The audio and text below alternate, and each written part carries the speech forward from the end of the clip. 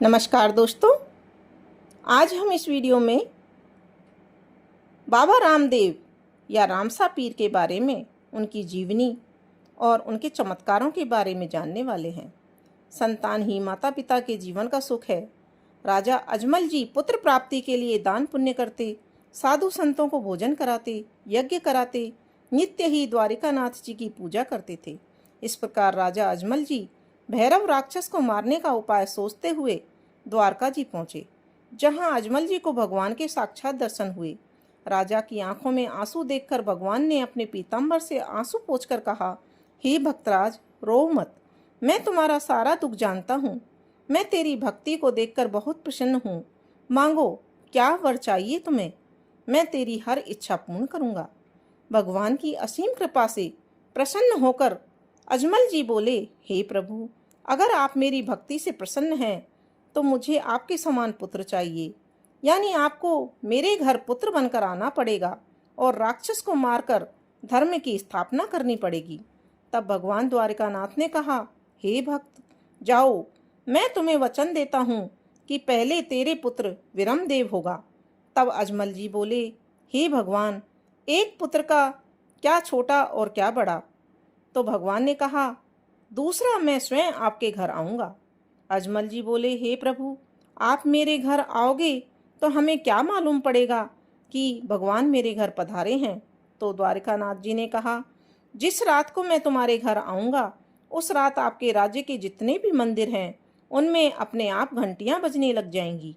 महल के रसोई घर में जो भी पानी होगा वह दूध में बदल जाएगा तथा मुख्य द्वार से जन्म स्थान तक कुमकुम के पैर नजर आएंगे। वह मेरी आकाशवाणी भी सुनाई देगी और मैं अवतार के नाम से प्रसिद्ध हो जाऊंगा।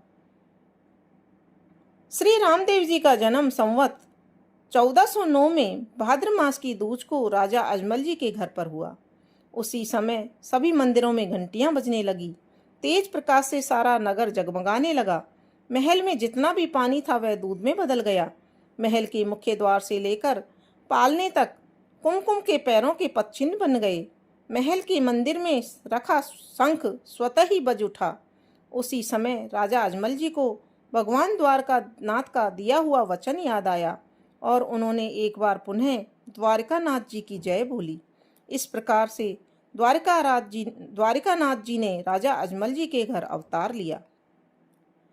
अब देखते हैं इनकी अनोखी लीला, अनोखी बाल लीला, जिसमें इन्होंने अपनी माता को पर्चा दिखाया। भगवान ने जन्म लेकर अपनी बाल लीला शुरू की। एक दिन भगवान रामदेव व विरमदेव अपनी माता की गोद में खेल रहे थे। माता मैनादेवी उन दोनों बालकों का रूप निहार रही थी। प्रातःकाल का मनोहरी दृश्य और भी सुंदरता बढ़ा रहा था। उधर दासी गाय का दूध निकाल कर लाई तथा माता मैनादेवी के हाथों में बर्तन देते हुए बोली, इन्हीं बालकों की क्रीड़ा क्रिया में रम गई। माता बालकों को दूध पिलाने के लिए दूध को चूल्हे पर चढ़ाने के लिए जाती हैं। माता ज्यों ही दूध को बर्तन में डालकर चूल्हे पर चढ़ाती हैं, उधर रामदेव जी अपनी माता को चमत्कार दिखाने के लिए विरमदेव जी के गाल पर चुमटी भरते हैं। इससे विरमदेव जी को क्रोध आ जाता है तथा विरमदेव बदले की भावना से रामदेव जी को धक्का मार देते हैं, जिससे रामदेव जी गिर जाते हैं और रोने लगते हैं। रामदेव जी के रोने की आवाज़ सुनकर माता मैनादेवी दूध को चूल्हे पर छोड़कर आ जाती है और रामदेव जी को गोद में उठाकर लेकर बैठ जाती है। उधर दूध गर्म होने के कारण उफनकर नीचे गिरने लगता है। माता मैनादेवी ज्यों ही दूध गिरता देखती हैं, वह रामदेव जी को गोदी से नीचे उतारने का प्रयास करती हैं। उतने में ही रामदेव जी गोदी से न उतरकर अपना हाथ दूध की ओर करके अपनी देव शक्ति से उस बर्तन को चूल्हे से नीचे धर देते हैं। यह चमत्कार देखकर माता मैनादेवी व वहीं बैठे अजमल जी व दासी सभी द्वारकानाथ की जय जयकार करते हैं। इसी प्रकार से एक दिन रामदेव जी जब महल में बैठे हुए थे, उस समय रामदेव जी 5 वर्ष के थे। एक घुड़सवार को देखकर रामदेव जी ने बाल हट किया कि मैं भी घोड़े पर बैठूंगा। रामदेव जी को मनाने के लिए माता ने खूब जत्न किए। पीने के लिए दूध दिया, खेलने के लिए हाथी, घोड़े, ऊंट आदि के खिलौने सामने रख दिए, किंतु अपने बाल हट को नहीं छोड़ा। माता ने दासी को भेजकर राजघराने के दर्जी को बुलाया और समझाया कि कुंवर रामदेव के लिए कपड़ों का सुंदर घोड़ा बनाकर लाओ। उस पर लीला यानी कि हरे कपड़े का झूल भी लगा कर लाना। माताजी ने दर्जी को सुंदर कपड़े दिए और कहा कि जाओ इन कपड़ों का घोड़ा तैयार करके लाओ। दर्जी के मन में लालच आ गया और उसने नए की जगह पुराने कपड़ों का घोड़ा बनाकर ऊपर से हरे रंग की झूल लगा दी और घोड़ा लेकर राज दरबार पहुंचा तथा रामदेव जी के सामने रखा। तभी रामदेव जी ने अपना हठ तोड़ा। श्री रामदेव जी के कपड़े के बने घोड़े को देखकर बहुत खुश हुए और घोड़े पर सवारी करने लगे, परंतु अवतारी पुरुष रामदेव को दर्जी की धोखाधड़ी ज्ञात थी, अतः उन्होंने दर्जी को सबक सिखाने का निर्णय किया। भगवान श्री रामदेव जी घोड़े पर सवार हुए। कपड़े का घोड़ा हिनहिनाता हुआ और आगे के दोनों पैरों पर खड़ा होकर दरबार में ही नाचने लगा। कपड़े के घोड़े को नाचता देखकर सारा दरबार हिलने लगा। नाचते नाचते बालक को लेकर आकाश मार्ग की ओर घोड़ा उड़ चला। इसको देखकर सब लोग घबराने लगे।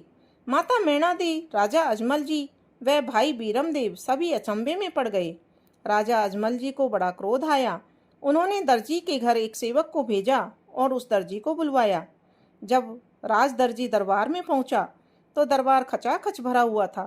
तब अजमल जी ने कहा कि हे राज दर्जी, सच सच बताना कि तुमने उस कपड़े के घोड़े पर क्या जादू किया है, सो मेरे कुंवर को लेकर वह आकाश में उड़ा।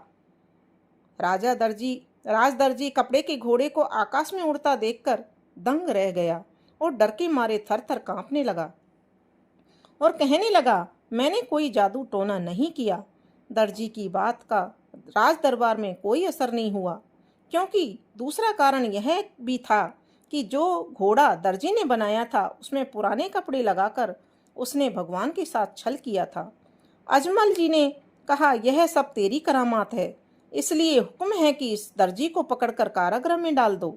और सिपाहियों को आदेश दिया कि जब तक राम कंवर घोड़े से नीचे ना आ जाएं, तब तक इस दर्जी को अंधेरी कोठरी से बाहर मत निकालना। तब दर्जी कोठरी में पड़ा पड़ा रोने लगा और भगवान को सुमरन करने लगा। इस प्रकार दर्जी ने भगवान को पुकारा। तब भगवान श्री रामदेव जी ने दर्जी पर कृपा करी, क्योंकि भगवान हमेशा भक्तों के वश में हुआ करते हैं। तब दर्जी ने विनती की। तब भगवान रामदेव जी घोड़े सहित काल कोठरी में आए।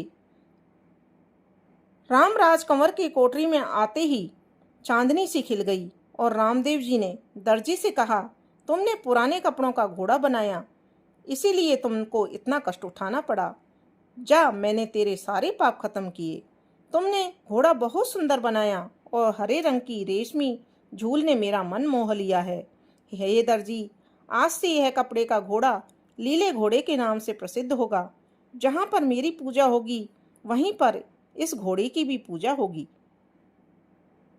तो इस तरह की यह कथा, चमत्कारी कथा बाबा रामदेव के घोड़े के बारे में है, जिसको नीला घोड़ा कहा जाता है।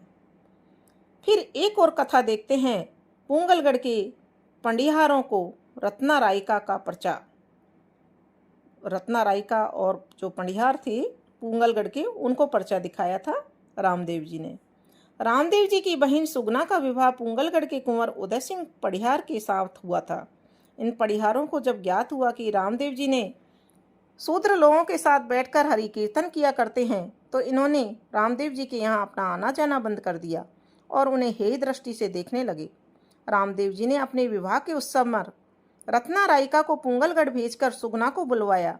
तब सुगना के ससुराल वालों ने सुगना को भेजने की बजाय रत्ना रायका को कैद कर लिया।